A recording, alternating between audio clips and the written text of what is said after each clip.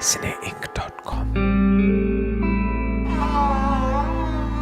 Prime minister का helicopter, उसको एक ऑफिसर, आईएएस ऑफिसर चेक करता है और वो मेरे ख्याल से हटा दिया जाता है या सस्पेंड किया गया था। जी हाँ जी। ये किस्सा क्या है? इस पे कोई एडवाइजरी नहीं है क्या?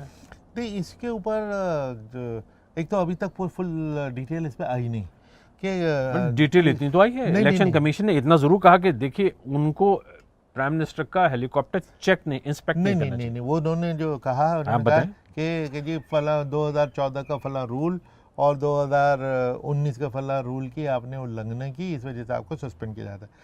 सारे मीडिया में डिबेट आ रही है कि जो लोगों ने वो रूल देखे, रूल तो कोई ऐसा नहीं था, रूल तो नहीं था। उसमें सिर्फ एक ही वो जिस इंस्ट्रक्शन का उन्हें हवाला दिया है वो ये था कि एसपीजी के प्रोटेक्टीज के जो व्हीकल हैं उनको एग्जेम्पशन दी गई थी। वो ये था कि आप कोई भी मिनिस्टर हो, चीफ मिनिस्टर हो, प्रधानमंत्री हो, पब्लिक प्रॉपर्टी, पब्लिक ट्रांसपोर्ट नहीं यूज़ कर सकता।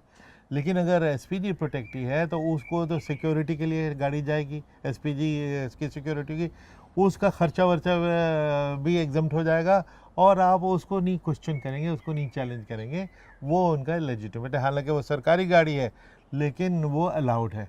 तो ये तो कहीं भी नहीं था कि आप हेलीकॉप्टर सर्च नहीं करेंगे। बल्कि मैं समझता हूँ कि ये एक बड़ा एक इंटरेस्टिंग वाक़या था।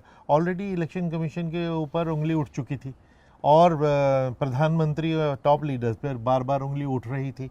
मैं तो समझता हूँ ये इतना अच्छा एक गोल्डन अपॉर्चुनिटी थी बिल्कुल जो मिस कर दी, क्योंकि इसके बाद ये कह सकते थे कि अगर उस शख्स को न छुआ होता कि देखो आप इलेक्शन कमीशन को रोज़ भला भला कह रहे हैं, उस इलेक्शन कमीशन ने तो प्राइम मिनिस्टर को नहीं छोड़ा, उसको हेलीकॉप्टर तक की सब इंस्पेक्शन करा दिया। बहुत अच्छा मौका और था। प्राइम मिनिस्टर की रेपुटेशन होती कि देखो मैं लॉ मेरे लिए डिफरेंट नहीं है, वही इसी लॉ के अंडर मैं भी काम करता हूँ, देखो मेरा हेलीकॉप्टर तक चेक कर लिया, फिर भी तुम इलेक्शन कमीशन पे इल्ज़ाम लगाते हो या मुझ पे इल्ज़ाम लगाते हो कि मैं मदाखलत करता हूँ। बहुत अच्छी बात। ये तो बड़ी अच्छी रेपुटेशन बचाने का एक मौका था जो इन्होंने खो दिया। cineinc.com।